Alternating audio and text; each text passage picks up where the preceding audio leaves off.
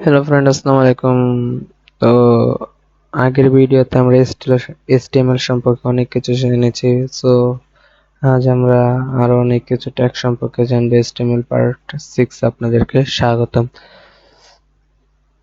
তো আজ আমরা যে জিনিসগুলো শিখবো HTML CSS এর এই কাজগুলো, সেটা হচ্ছে গিয়ে বোল্ড ট্যাগ সম্পর্কে জানবো, আর হচ্ছে গিয়ে এক্সটার্নাল CSS সম্পর্কে জানবো। তো চলেন আমাদের ফাইলগুলো ওপেন করে নিই।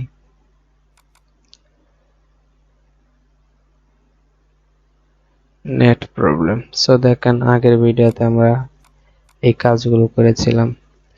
তো আমরা নোটপ্যাড দিয়ে মানে সাবলাইন দিয়ে ওপেন করে দিই। স্ক্রিনটা একটু বড় করে নিচ্ছি। তো আগের ভিডিওতে আমরা এই পেজটাকে আমরা শুধুমাত্র কালারিং করা শিখেছিলাম। সো এই পেজটা কালার করে নেই, বা হচ্ছে কি আপনার এই জায়গাটুক কালার করে না, শুধু আমরা কি করেছি, এতটুক জায়গাকে কালার বা মিডল পয়েন্টে নিছিলাম, বা 100 পেজ। সো ওই পেজটাকে কালার করার জন্য ঠিক এই পেজটার মতো আমরা যা করেছি সেম পেজটায় কি করব, এই যে স্টাইল, এরপরে আমরা সিএসএস কোডিংটা করেছিলাম, এই যে সেম এতটুকু কপি করে ঠিক এই জায়গার মধ্যে পেস্ট করে দিলেই এই পেজটাও কালারিং হয়ে যাবে। সো আশা করি আপনাদের এটা বোঝাতে হবে না। তো এখানে আমরা যেটা শিখবো বোল্ড। বোল্ড হচ্ছে গিয়ে এই যে আমরা একটা ট্যাগ ইউজ করছিলাম, ডব্লিউএস হেডেন টার্গেট ব্ল্যাঙ্ক। এই যে নেট ট্যাগ বা বলেন, এই সন বলেন বা পি ট্যাগ বলেন, বা এই জায়গার মধ্যে ট্যাগ গুলো বলেন, আপনারা এই লেখাগুলোকে দেখেন এই জায়গার মধ্যে অনেক চিকন, এই লেখাগুলো এই জায়গার মধ্যে অনেক চিকন। সো এগুলোকে কিভাবে আপনারা একটু বোল্ড করবেন বা মোটা করবেন। সো তার জন্য আপনাদেরকে দেন স্টাইল স্টপের উপর লিখতে হবে, না কিন্তু আপনাদের ট্যাগ কোনো কাজ দিবে না।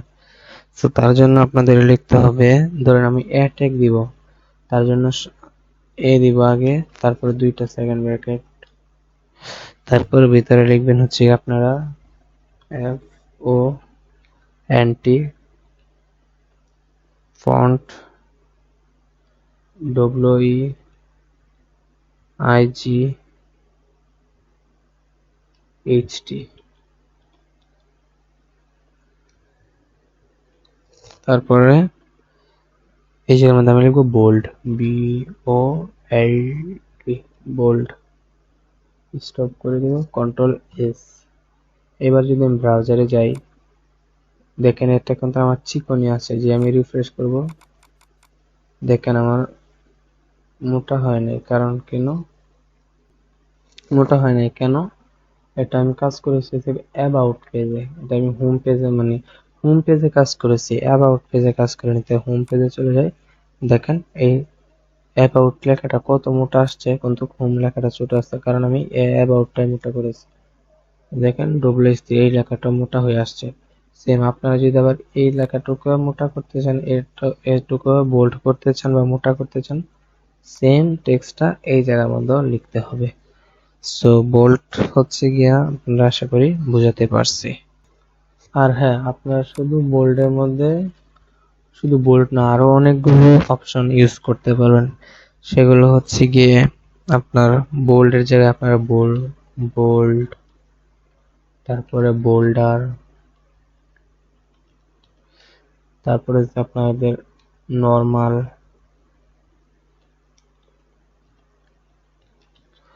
তারপরে আপনার হচ্ছে গিয়ে বোল্ডার নরমাল, তারপরে হচ্ছে গিয়ে আপনারা 100, 200,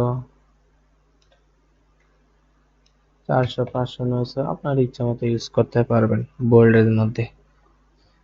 তো এখন আমরা যেটা শিখবো এক্সটার্নাল সিএসএস। এক্সটার্নাল সিএসএসটা কিরকম, দেখেন আমরা শুধু এটার মধ্যে স্টাইল ডট মানে ইন্টারনাল সিএসএস দিয়ে কাজ করেছি, মানে শুধু এই ফাইলটাই কাজ করেছে। এই ফাইলটা কিন্তু আমার কাজ করছে না, কারণ এটা আবার কপি করে আমার এই জায়গার মধ্যে দিয়ে দিতে হবে। তাহলে গিয়ে আমার কাজ করবে। দাঁড়ান আমি এটা কপি করে দিয়ে দিলাম এতটুকু, কন্ট্রোল সি কপি। এবার যদি আমি হেডের উপর এটা কন্ট্রোল বি দ্বারা পেস্ট করে কন্ট্রোল এস দ্বারা সেভ করি, এবার যদি আমি রিফ্রেশ দেই, দেখেন এটা আমার মুখটা রেড বা রেড কালার হয়ে গেছে, আবার এর জায়গাটুকু বোল্ড হয়ে গেছে। এখন আমি এক্সটার্নাল সিএসএস দিয়ে দিয়ে কাজ করি, সেটা হচ্ছে গিয়ে আমি একটা কমেন্ট লিখলেই এটার মধ্যেও কাজ করবে, এটার মধ্যেও কাজ করবে। তো চলুন সেটাকে করতে আমরা শিখে নিই। তার জন্য এই ফন্ট গুলো আমরা ডিলিট করে দেব, যাতে আপনাদের বুঝতে সহজ হয়। দুটোরে ডিলিট করে দিব, কন্ট্রোল এস। দেখেন এবার যদি আমি ব্রাউজারে যাই, আমরা ফাইলগুলো ডিলিট করে দিয়েছি। ফাইলগুলো ওপেন করে নিচ্ছি আবার।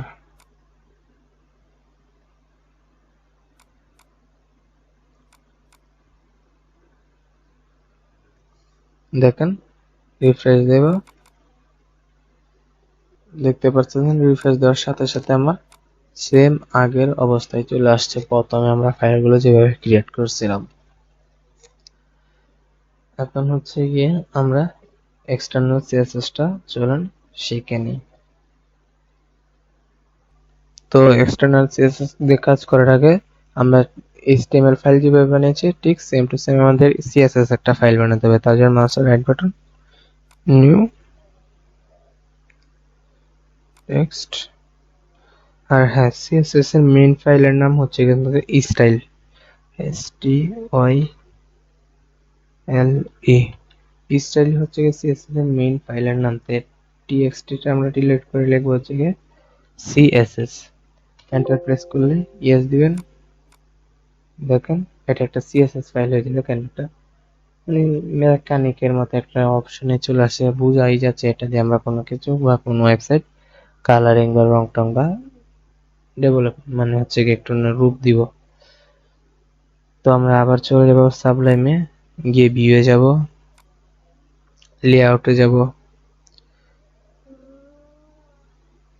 এই জায়গার মধ্যে আমরা হচ্ছে গিয়ে লেআউটে গিয়ে আমরা কি করব, তিনটা সিলেক্ট করে নেব। তিনটা সিলেক্ট করা হয়ে গেলে এই জায়গার মধ্যে আমরা সিএসএস টা ওপেন করে নিব। ওপেন সিএসএস ফাইলটা, ওয়াইটি এই সিএসএস ফাইলটা ওপেন করে নিয়েছি। এই জায়গার মধ্যে দেখেন স্টাইল ডট সিএসএস। এখানে এই জায়গার মধ্যে আমাদের যে টাইপটি করতে হবে সেটি হচ্ছে কি আপনার এই জায়গার মধ্যে না, দেন এই জায়গার মধ্যে আমাদের টাইপ গুলো করতে হবে। সেই জায়গার মধ্যে আমরা হেড এর নিচে টাইপ করব হচ্ছে কি আপনার এটা দেন লিংক, লিংক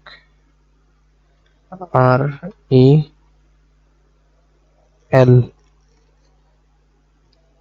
তারপরে সার্চ করেন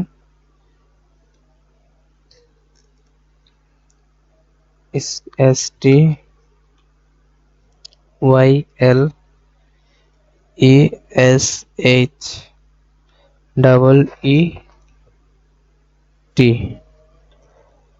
তারপরে হচ্ছে কি আপনারা টাইপ করবেন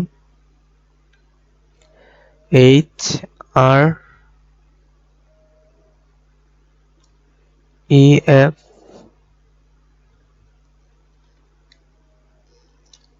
তারপরে আপনাদের এটার মধ্যে ফাইলের নামটা দিবেন। আমি স্টাইল ডট সিএসএস দিয়েছি, তার জন্য এই জায়গার মধ্যে স্টাইল ডট সিএসএস দিতে হবে। STYLE স্টাইল ডট সিএসএস লিখে সিম্বল আমরা ট্যাগটা কন্ট্রোল এস দ্বারা সেভ করে নেব। এটা নেওয়ার পর এই সেম লিংকটা আমি কপি করব। কপি করার আগে আপনাদের একটু দেখাই। এবার যদি এই জায়গার মধ্যে আমি লিখি যে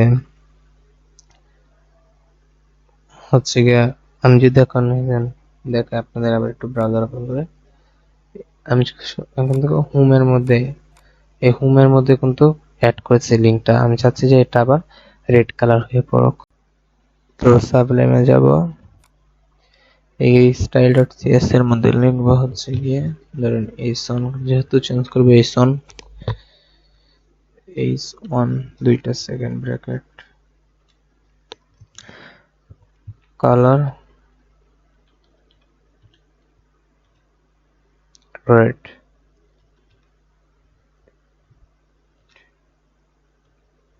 কন্ট্রোল এস দ্বারা যে সেভ করব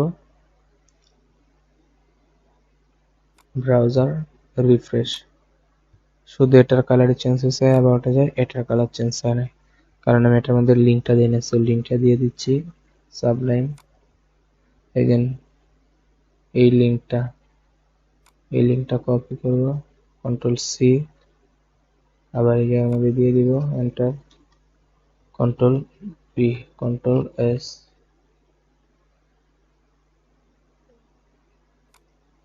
কন্ট্রোল এস সেভ করে এখন যদি ব্রাউজারে যাই রিফ্রেশ দেখেন এটা আমার দুইটাই কালার হয়ে গেছে রেড এখন যদি আবার আমি সাবলাইমে গিয়ে এই লিঙ্কটা এখান থেকে আমি দুইটার মধ্যে দিয়েছি এখানে সাবলাইমে যদি লিখি